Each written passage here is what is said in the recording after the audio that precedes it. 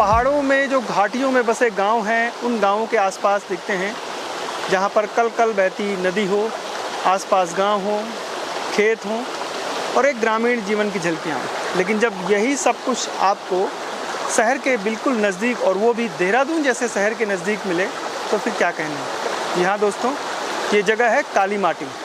नमस्कार साथियों, मेरा नाम है संदीप गुसाई और होम स्टे की एक ऐसी कहानी में हम आपको काली माटी गाँव ले आए हैं जहाँ पर है खोली होम स्टे। देहरादून के बेहद नज़दीक ये होम स्टे हमें पहाड़ों की याद दिलाता है कि जब पहाड़ों की जो सुविधाएं और वैसा ही माहौल आपको एक शहर के नज़दीक मिल जाए तो ये कितना अच्छा होता है। तो आपको ले चलते हैं हम एक ऐसे ही होम स्टे में जिसका नाम है खोली।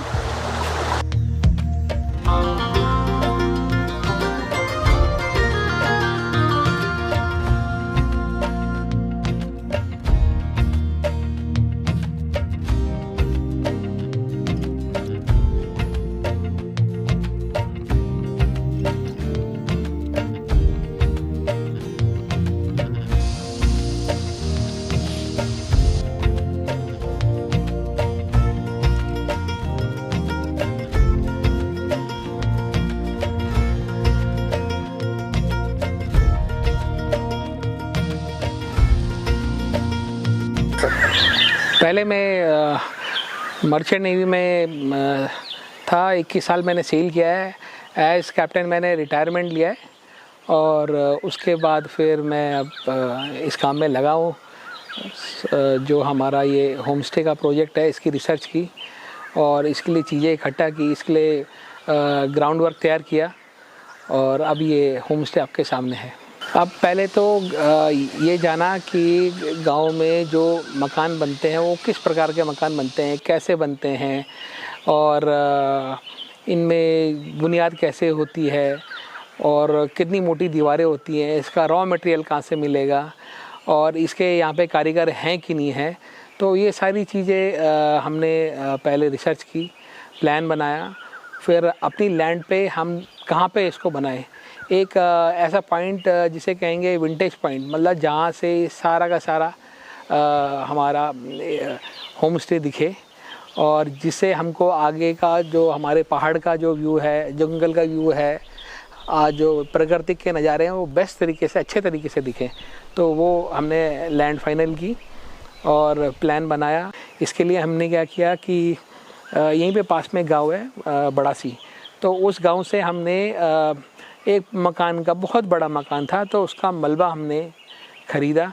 उसका मलबा, उसकी जो मिट्टी थी वो भी हमने इस्तेमाल की और उसके अलावा फिर हमने यहाँ पे जो मिस्त्री लोग थे उनसे कांटेक्ट किया, उनको हमारा जो प्रोजेक्ट था वो समझाया, उनको वीडियो भी दिखाए, फ़ोटोग्राफ्स भी दिखाए उनको कि किस तरीके से पहाड़ों में मकान बनते हैं और हमको क्या डिज़ाइन चाहिए। तो जब ये सारी चीज़ें क्लियर होगी उसके बाद फिर हमने काम शुरू किया। और इसमें भी जो हमारी खोली है, जो ये आपको दिख रही है, ये खोली जब तक कुछ काम भी नहीं आता उससे पहले, क्योंकि हमें पता था कि इस तरीके का हमने मकान बनाना है पहाड़ी शैली का, तो ये खोली हमने सबसे पहले बनवाई और जब ये बन गई उसके बाद इसको फिर हम यहाँ देहरादून लेके आए और ये पहाड़ के कारीगरों से ही बनवाई हमने और ये हल्द्वानी में ही बनी थी। तो बनाने के बाद फिर हम इसको यहाँ देहरादून लेके आए। फिर जैसे जैसे हमारी ज़रूरतें होती थी उस तरीके से सामान वगैरह इकट्ठा किया और फिर इसको ये कंप्लीट किया हमने।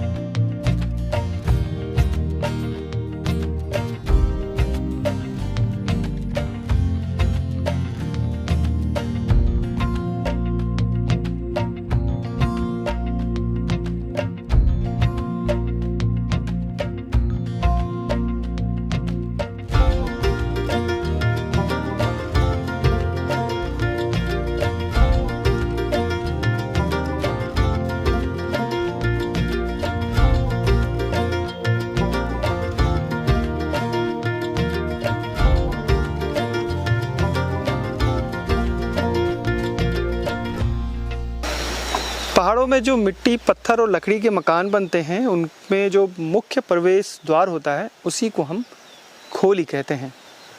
खोली का मतलब जहाँ पर भगवान गणेश की लकड़ी की नक्काशी से हम मूर्ति तैयार करते हैं और जो उसका प्रवेश द्वार होता है पूरा लकड़ी का बना होता है, उसमें नक्काशी होती है। कई जगह खोलियाँ बहुत बड़ी होती है, कई जगह अपनी सामर्थ्य के हिसाब से जो पहाड़ के लोग हैं वो छोटा प्रवेश द्वार बनाते हैं, लेकिन कहते हैं उसको खोली है। एक हिस्सा उसका खोली, एक हिस्सा उसका तिबारी जो पहली मंजिल में बनता है। तो इस तरीके की लकड़ी, पत्थर और मिट्टी के बने हुए बहुत प्यारे, जैसे आप ये खोली देख रहे हैं ऐसे ही अल्मोड़ा, पौड़ी, टिहरी, चंपावत, रुद्रप्रयाग और आपके पिथौरागढ़, नैनीताल में बहुत बड़े बड़े ऐसे ही मकान हैं जिसमें 8 कमरे, 10 कमरे हैं। और खोली ही उसका मुख्य आकर्षण होता है, क्योंकि जब कोई भी बाहर से आता है तो वो उसी प्रवेश द्वार यानी खोली से प्रवेश करता है। इसलिए हमारे पूर्वजों ने सबसे ज़्यादा ध्यान इसको बनाने में रखा, वो था खोली, और उस पर भी भगवान गणेश की जो लकड़ी से नक्काशी करके मूर्ति का निर्माण। तो जब इस खोली होम स्टे की निर्माण की परिकल्पना सोची गई, उसमें सबसे मुख्य था कि कैसे उसको, उस खोली को बनाया जाए, उस प्रवेश द्वार को बनाया जाए। इसलिए सैलन जी ने कई ज़्यादा रिसर्च किया, कई जगह गए, घूमे, मकानों को देखा और उसके बाद उनके हाथ वो कारीगर लग गए जो इस तरीके के खोली को बना सकते हैं। आज उनकी संख्या बहुत कम है। उत्तरकाशी के सीमांत क्षेत्रों में टिहरी गढ़वाल का जो थत्यूर है और नैनबाग, देहरादून का जो चक्राता क्षेत्र है, उन इलाकों में कुछ कारीगर आज भी मौजूद हैं जो लकड़ी पर नक्काशी करते हैं। जो भी मिट्टी, पत्थर और लकड़ी से मकान बनाने की सोचते हैं वो 1 साल 6 महीने में बनकर तैयार नहीं होता, बल्कि उसमें बहुत सारा समय लगता है और पैसा भी खर्च होता है। इसलिए भी आजकल के लोग, चाहे वो पहाड़ हो या फिर पहाड़ खास तौर पे, वो इस तरीके से परंपरागत जो काष्ठ कोड़ी शैली है, जिसको हिमाचल में काष्ठ कोड़ी कहते हैं, काठ कोड़ी शैली कहते हैं, जिसमें मिट्टी और पत्थर का प्रयोग किया जाता है, मिट्टी, लकड़ी और पत्थर का प्रयोग किया जाता है, उसका निर्माण करते हैं। तो आप सोचिए, देहरादून में खोली बन के तैयार है और वो होम स्टे के रूप में आपके लिए तैयार हो गया है। तो पहाड़ों की अगर सैर करनी है देहरादून जैसे शहर के आसपास के इलाकों में, तो आपके लिए खोली जो है वो परफेक्ट है।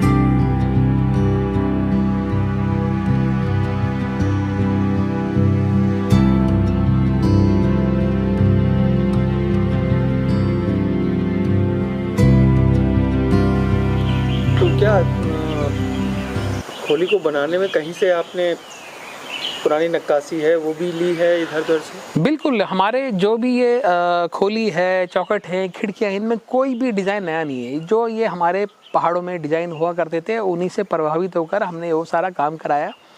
और जो हमारे कारीगर थे वो बहुत बुजुर्ग थे, धनीराम जी, उनकी उम्र इस समय 84 साल के आसपास है, उस समय 80 साल के करीबन थी।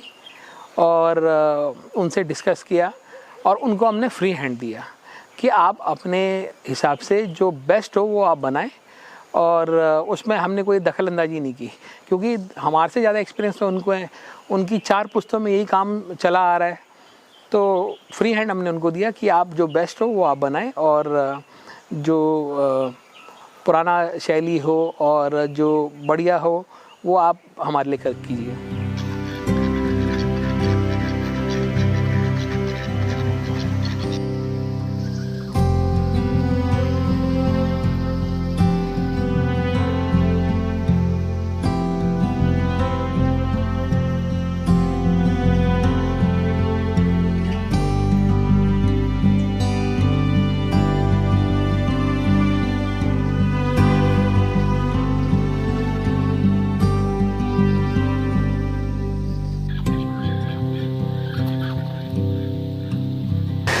देखिए जी, खोली इसलिए आए कि हमने इसमें अपना जो पहाड़ का जो लकड़ी के ऊपर जो कारीगरी है उसको हमने हाईलाइट किया है।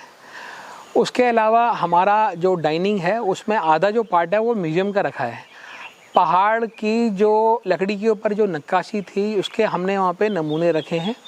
और जो हमारे लकड़ी के ऊपर लिखाई का काम होता था, लिखाई मतलब जो कारीगरी का काम होता था उसे लिखाई बोला जाता है उत्तराखंड में, तो वो काम हमने यहाँ पे डिस्प्ले में भी रखा हुआ, जो अलग अलग जगहों से हमने इकट्ठा किया है पूरे उत्तराखंड से, तो लोग उसको आके देखें और ये समझे कि हमारा जो लकड़ी की कारीगरी का जो काम था वो कितना समृद्ध था।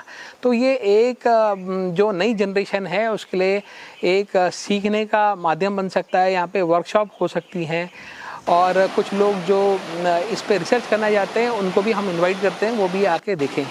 अच्छा, फिर हमारा जो ये होम स्टे है ये प्रकृति की गोद में बना है। इसके पास में एक नदी बह रही है, छोटी नदी है, और पास में ही एक फ्रेश वाटर का तालाब है, उसका लोग आनंद ले सकते हैं, उसमें तैर सकते हैं। उसमें पानी ओवरफ्लो होता रहता है, तो पानी गंदे होने की समस्या नहीं है। और यहाँ से बहुत सारे ट्रैक जो आप विलेज वॉक कहें, और जो आगे का एक यहाँ पे घाईसैन और चित्तौर गांव है उसके बीच में एक जंगल का ट्रैक है, वो बहुत ही सुंदर है, बहुत ही रमणीक है। तो आजकल एक कॉन्सेप्ट भी है शिनरिन योकू, जो जापानीज़ फॉरेस्ट ब्रीथिंग बोलते हैं। प्रकृति में रह के पेड़ों को गले लगा के जो प्रकृति का जो आनंद है उसको ले सकते हैं। और वहाँ पे तरह तरह के अनाज होते हैं जो पहाड़ी अनाज हैं, और जो खेती होती है उसको दे सकते हैं, उनका जीवन देख सकते हैं। और धान की और गेहूं की जो खेती होती है वो कैसे होती है, लोग उसको देख सकते हैं, समझ सकते हैं। जो छानियाँ होती हैं जिनमें गाय रहती है उनको देख सकते हैं। और यहाँ पे बहुत सारी तरह तरह की जंगली वनस्पतियाँ हैं, जंगल हैं, तरह तरह के पक्षी यहाँ पे आते हैं, जंगली जीव भी आते हैं यहाँ पे, जैसे हिरन हो गए, काखड़ हो गए आपके, और घुरेड भी हैं ऊपर के साइड में, और आपके सांबर हो गए, खरगोश हो गए, जंगली सूअर, और यहाँ पे तेंदुआ भी आता है। तो वाइल्ड लाइफ से ये पूरा क्षेत्र आच्छादित है, भरा हुआ है, और तरह तरह की यहाँ पे जड़ी बूटियाँ भी हैं। तो लोग प्रकृति का, बर्ड वाचिंग का जिनको शौक है स्पेशली, क्योंकि यहाँ पे वाटर बॉडीज़ हैं बहुत सारी, तो इस क्षेत्र में मतलब तरह तरह की चिड़ियों को देखने की संभावना बहुत ज़्यादा है, तो लोग उनको देख के भी आनंद ले सकते हैं।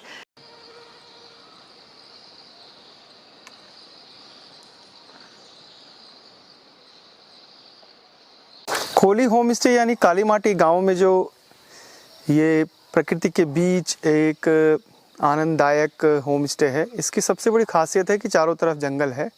तो आप सुबह जल्दी उठ के इन नज़ारों का लुत्फ़ ले सकते हैं। आप जंगल ट्रैक, जंगल वॉक कर सकते हैं, चिड़ियों की आवाज़, ये पूरा थानो रेंज है चारों तरफ, और साल के अलग अलग जो प्रजाति के पेड़ है, मिक्स फॉरेस्ट है यहाँ पे। इनके बीच चल के एक सुकून भरा आनंद मिलता है, ख़ास तौर पे बरसात के बाद और ठीक गर्मियों तक। पूरा जो विंटर सीजन है, इस सीज़न में इसके आसपास हरियाली भी काफ़ी हो जाती है। तो जब भी आप खोली होम स्टे आए, एक बार सुबह के समय जो नेचर वॉक है, जंगल ट्रैक है, वो ज़रूर करें।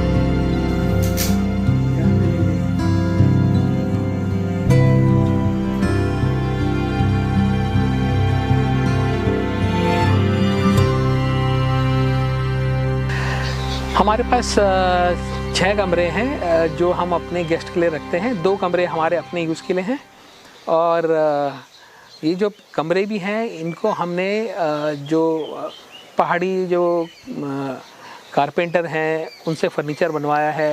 यहाँ पे हमने पेंटिंग्स जो हैं वो पहाड़ी कलाकारों से बना के रखी हैं। बहुत सारी सजावट की चीज़ें जो रखी हैं वो हमने पहाड़ से संबंधित रखी है, जिसमें आपको कहीं ना कहीं पहाड़ की कला दिखेगी। तो आप उससे देख के, उससे सीख के भी आप बहुत सारी चीज़ें समझ सकते हैं। तो ये हमारा प्रयास है कि हम अपना जो संस्कृति है उसका प्रचार और प्रसार करें, और ये उसका एक माध्यम बन गया है होमस्टे।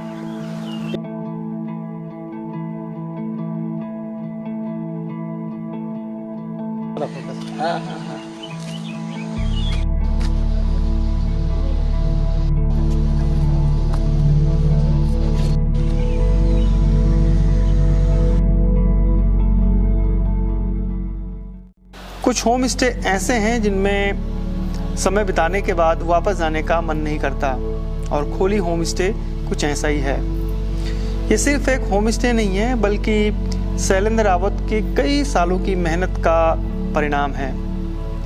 उन्होंने सोचा कि एक शहर के नज़दीक काली माटी गांव में एक होम स्टे बनाना है, और किस तरीके से उन्होंने जो तिबारी हैं, जो लकड़ी की नक्काशी के छोटे छोटे टुकड़े हैं लकड़ी के, उनको एकत्रित किया और अपने जो होम स्टे है उसमें रखा।